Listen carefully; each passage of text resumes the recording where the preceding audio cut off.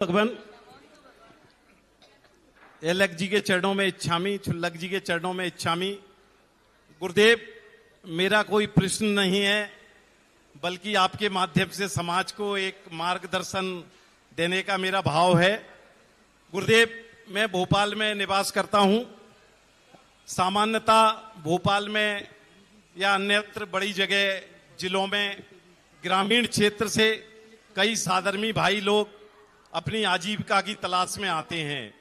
ऐसे कई परिवार मेरे देखने में आए गुरुदेव कि किसी के परिवार में कोई बीमार हो गया, किसी के परिवार में किसी पुरुष वर्ग की या कमाने वाले व्यक्ति की मृत्यु हो गई, और ऐसे परिवार अगर सुबह उनके पास खाना है गुरुदेव तो शाम को उनके पास खाना नहीं है। कोई लोग गंभीर बीमारियों की चपेट में है गुरुदेव, उनके पास इलाज की व्यवस्था नहीं है। कुछ संस्थाएं, सामाजिक संस्थाएं इस संबंध में जैन संस्थाएं काम करती हैं, लेकिन जैन व्यक्ति स्वाभिमानी होने से गुरुदेव अपनी मदद के लिए किसी के पास हाथ नहीं फैलाता। तो मेरा गुरुदेव आपसे निवेदन है कि समाज को एक ऐसा मार्गदर्शन दें कि स्वामी वात्सल्य नाम से या साधर्मी वात्सल्य के लिए सभी जगह एक ऐसा फंड हर जगह हर समाज में स्थापित किया जाए, जैसे ऐसे गरीब लोगों की मदद हो सके।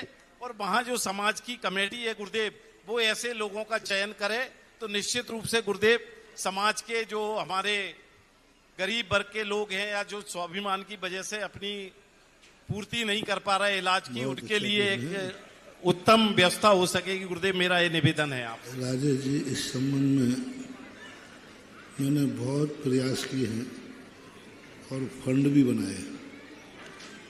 सबसे बड़ी गलती कहाँ होती है कि गरीबों का फंड बनता है लेकिन वो गरीबों तक नहीं पहुंचता। जो कमेटियां बनती हैं वो ही अपने परिचित रिश्तेदार आदियों में थोड़ा सा भी झेक लगा करके और वहीं का वहीं सब रफे दफे कर लेते हैं।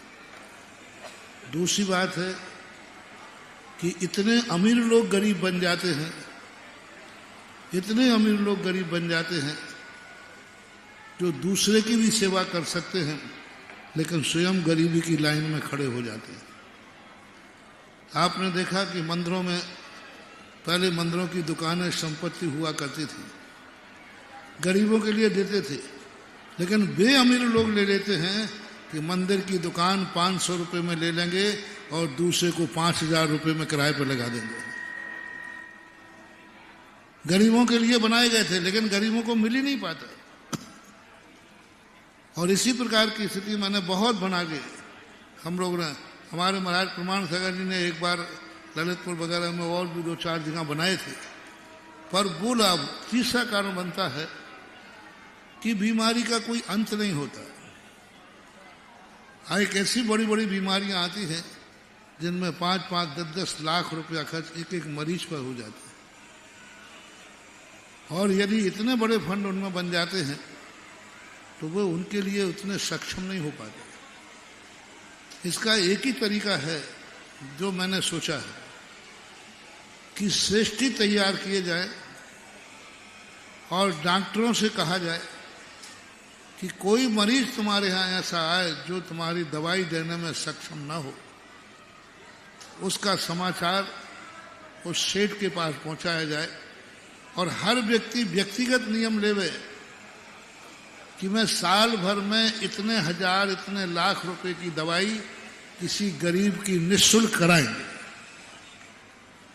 और वो हर में गांव का डॉक्टर अपने अपने डॉक्टरों के पास लिस्ट भेजे कि भाई 10,000 रुपये तक की दवाई वाला कोई गरीब मरीज आवे जो वो दवाई करने में सक्षम नहीं हो तो आप उसकी दवाई कर देना और मुझे बता देना, उसका पेमेंट मैं कर दूंगा। लेकिन व्यक्तिगत जुड़े ये फंड बनाने वाली परंपरा तो सरकार भी फैल हो गई। सरकार अरबों खरबों रुपए का फंड बनाती है। आप सबको मालूम है कितना पहुंच पा रहा है, कितना नहीं पहुंच पाता है। कितनी योजनाएं बनी सरकार की, चाहे वो आवास की योजना हो, चाहे पोषाहार की योजना हो, सब योजना हो, जितने में एक व्यक्ति 1000 लोग पलते हैं। यदि तुम प्राइवेट पालो तो उसमें से 5000 पल सकते हैं। तो सबसे बड़ी समस्या ये आ जा रही है कि कि इनको कैसे व्यवस्थित किया जाए। हमने तो यही तरीका निकाला है, जब कोई ओरिजिनल ऐसे लोग आ जाते हैं तो हमारे पास जो भक्त लोग होते हैं उनको इशारा कर देते हैं और यदि अभी जनरल कर दो तो ऐसे ऐसे लोग आगे गरीब बन जाएंगे कि जिनके पापों के लिए पैसा है, जुआ के लिए पैसा है, शराब के लिए पैसा है, दुनिया भर के लिए पैसा है, पर जब सहायता चाहिए है तो गरीब बन जाते हैं। तो ऐसी स्थिति के लिए आप खोज करें और खोज करके समाज के सामने लाएं और सही रूप से व्यसन मुक्त होना चाहिए। अक्सर का जैनियों के घर में गरीबी उन्हीं घरों में है जिस घर में कोई ना कोई व्यसन है। ऐसे व्यसन हैं जिन व्यसनों के कारण से उन गरीब के पास दवाई को पैसे नहीं है, बच्चों को पढ़ाने के पैसे नहीं, नशा के लिए पैसे हैं, दवाई के लिए पैसे नहीं है, जुआ के लिए पैसे हैं। आप ओरिजिनल गरीबों को बनाइए और फिर अपन मिलकर के सब सेठों को तैयार करेंगे। एक एक गरीब को एक एक सेठ संभालेगा, सारे गरीब संभल जाएंगे। हमने तो यही सोचा है।